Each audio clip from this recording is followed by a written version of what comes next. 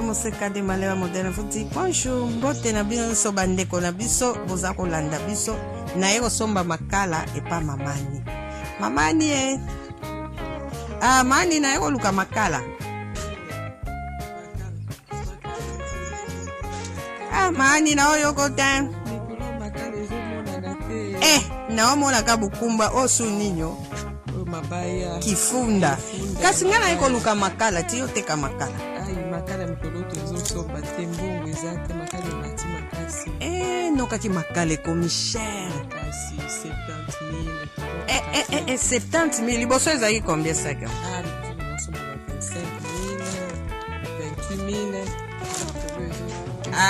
de 28 tina ba 70 oh là là donc mpe ezomonana te poki na osoma ona libongo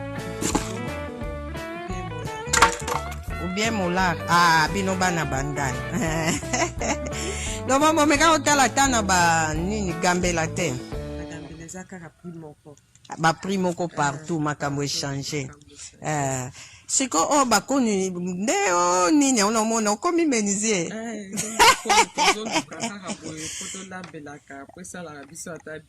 moteki bakala komi na bakoni boye mwana yako bimisala totala mwana mamani yako bimisala benda na totala ngo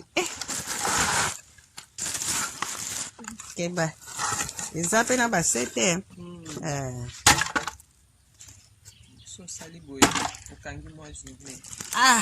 vraiment moteki makala komi bosiko biso toloba nini biso to basombi ya makala mobulu donc nyonso ka makambo ba confinement kaka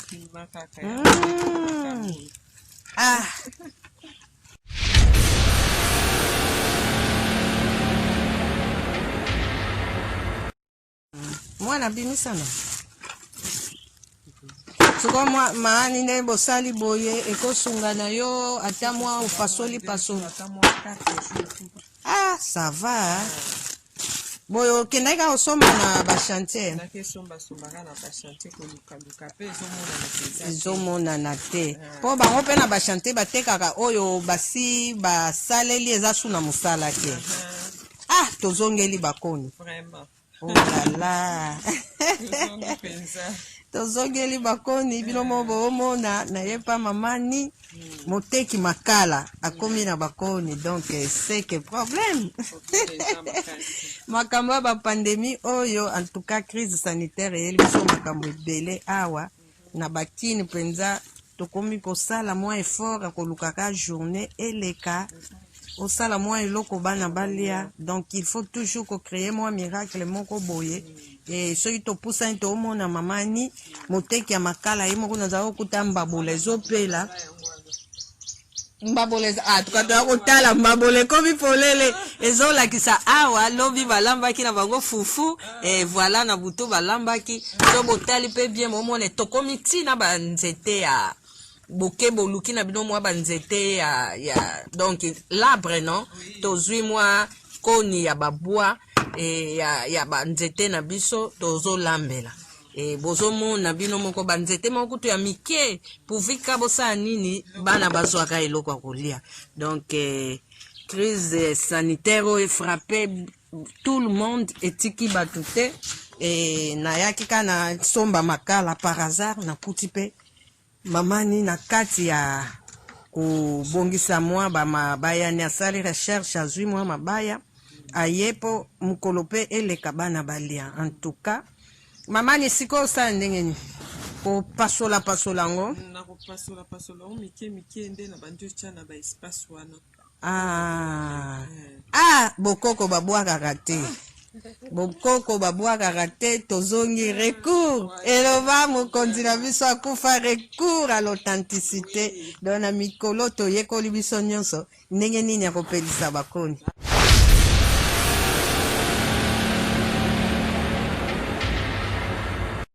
Bana baye koyeba totala mbabola mamani ndenge vandi moteki makala ndenge komi polele. Bino moko bomoni mbabola ya moteki makala ekoma nango polele. Bia lamba kala na mbabola oyo penza kala. Recours kaka na bakoni bino moko bomoni soki système wana te mobulu non tokoma na biso kobeta moko ka bakoni nzungu etoki libota ebiki.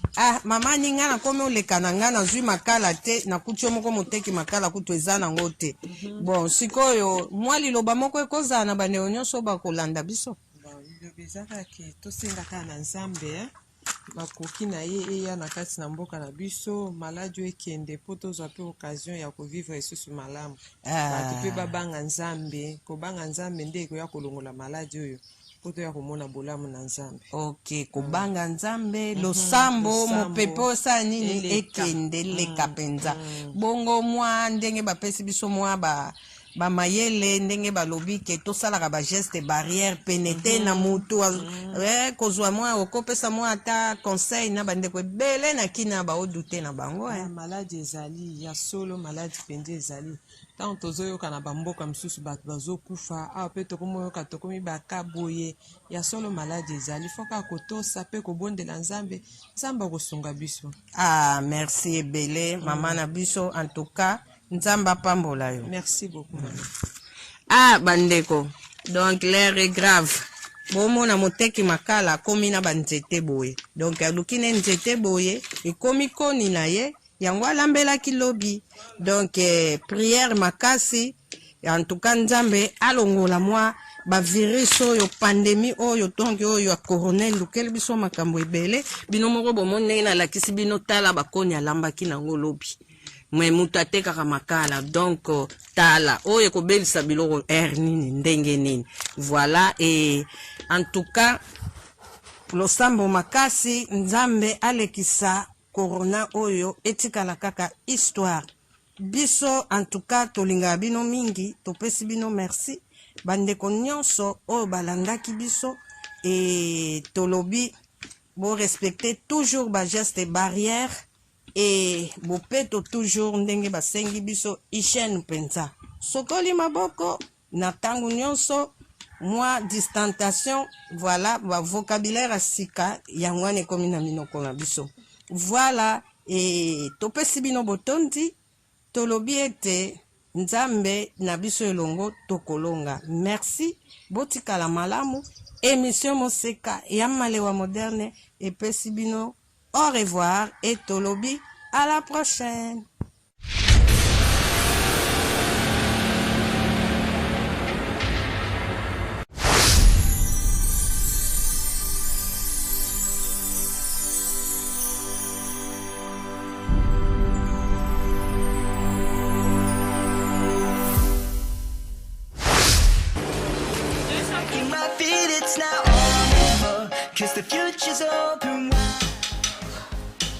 Très heureux de vous retrouver, très nombreux, le fidèle l'émission Moseka de Malewa moderne.